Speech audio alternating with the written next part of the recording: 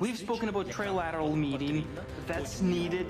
Then he reached out to. Then he had connection with the Russian side, and he proposed to have a bilateral track, and it was the Russian proposal to have bilateral track and then trilateral one. And today we've discussed first and foremost which of our next joint steps can give Ukraine and all of Europe more of security and bring the real end to the war closer. First is security guarantees. We have achieved together with all our partners an important mutual understanding with the United States of America. The US is ready to be part of the security guarantees for Ukraine, and this is for the first time that we've reached such readiness. Now, virtually every day, the negotiations on the specific content of security guarantees for Ukraine are ongoing on the level of NSAs, on the level of our military diplomats of all teams. Yesterday, there was a call Ukraine, all of Europe, and the US. Today, such work will continue, and I'm grateful to everybody who's involved in this. Our general aim is what is formulated in the dialogue with our partners as Article 5-like guarantees. That is like the 5th article of the NATO treaty. These are really efficient security guarantees. This is the result that we must reach, so that the architecture is absolutely clear which countries help us on land, which are working to provide security in the skies, which ones guarantee security at sea and help Ukraine. Also, this is the question of financing for our army in the numbers and quality of the Ukrainian army that will be a protection for Ukraine. In many ways, this is based on our cooperation with NATO, with our partners, cooperation that we already have. Ukrainian army, our infrastructure, defense infrastructure and security infrastructure are very seriously integrated into the system of the alliance. There is a lot of bilateral cooperation with NATO members, and absolutely all practical levels of our cooperation with NATO we will continue. Well, let's first agree the importance of the fact that Ukraine, the United States and Europe are working together.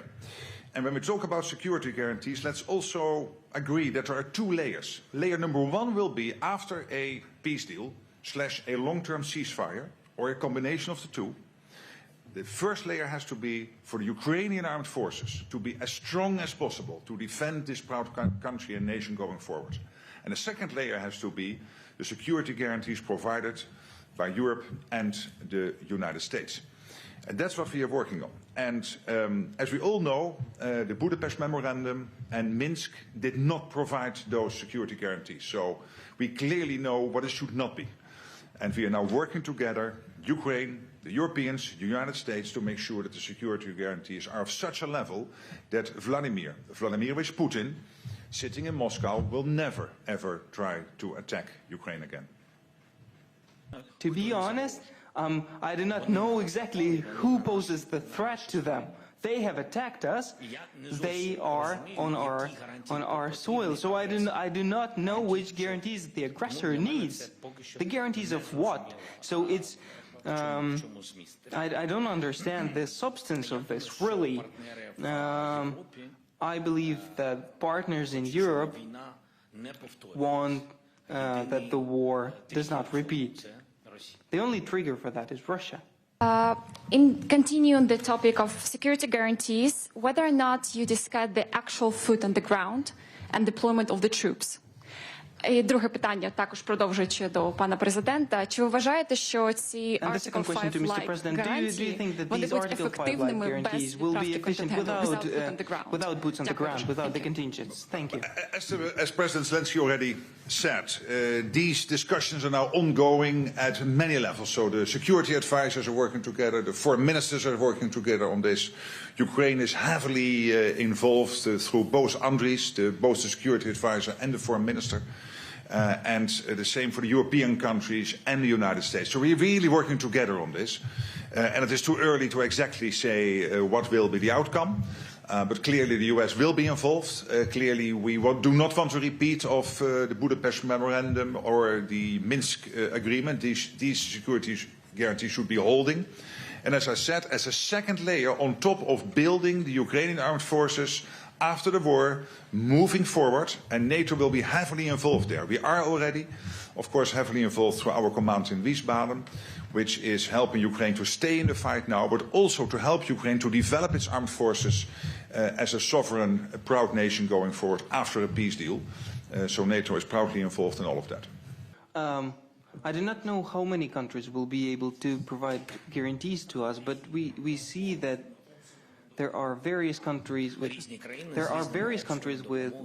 various volumes of the assistance, various capabilities. So it's a bit too early to say who will be able to provide boots on the ground, who reconnaissance and intelligence, who will be present at sea or in the sky, or who is ready to finance. Somebody who, due to their constitutional restrictions, cannot be present here in this or that form, but they're ready to finance. Somebody demining, or like Turkey, that during the last meeting of our Coalition of the Willing, they said that we want to be part of the security guarantees for Ukraine at sea. We are professional there. We know how to assist in the Black Sea. We will be looking at particularly this topic. Our presence there will be to the fullest. So it's a bit too early to speak about all of the countries. When the infrastructure is laid out on paper, then we will understand who and how can assist. Are there any details on how the preparations for your bilateral meeting with Putin are ongoing? And I had quite a long conversation with President Trump, and we had a common meeting, and we have reached a common understanding of how the diplomatic track can proceed. We do not have any agreements with the Russians. We have been talking with President Trump. He's the only person now who is capable of stopping Putin, in my opinion.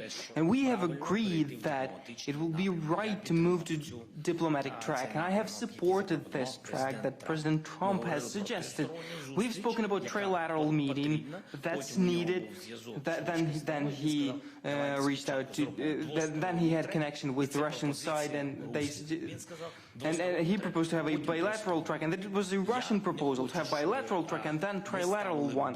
I do not want to set any conditions that then somebody will be using as impediments to ending the war, which is why I said we are ready. So most desirable would be trilateral format immediately, but if President Trump believes that this is the format in which we can proceed, we are ready to support bilateral track and then trilateral track. So let's speak about the date. Let's speak about the place, venue. That's it. That's what I have as of now. My first question is to President Zelensky. It's been a week of talks. I've spoken to lots of Ukrainians who don't feel anything will come out of this. What do you say to Ukrainians who think that we're in the same position as we were a week ago? And my second question is to the Secretary-General. Obviously, NATO membership's off the table, but there's the Ukrainian flag next to NATO. Is your presence a help or a hindrance or even a provocation? And what happens if Russia says no to any guarantees? Does it have a veto? Thank you. Well, clearly, Ukraine and NATO, the US, Europe, Ukraine, NATO, we are all working extremely well together. As I mentioned, we have jointly with Ukraine an organization in Poland to capture all the lessons from this terrible war. And to understand what it means for all the NATO plans in the future, for Ukraine itself, for the build-up of its armed forces in the future, what lessons we can learn. We have to command in Wiesbaden, from which we organize together with Ukraine all the support for Ukraine in this war from NATO allies.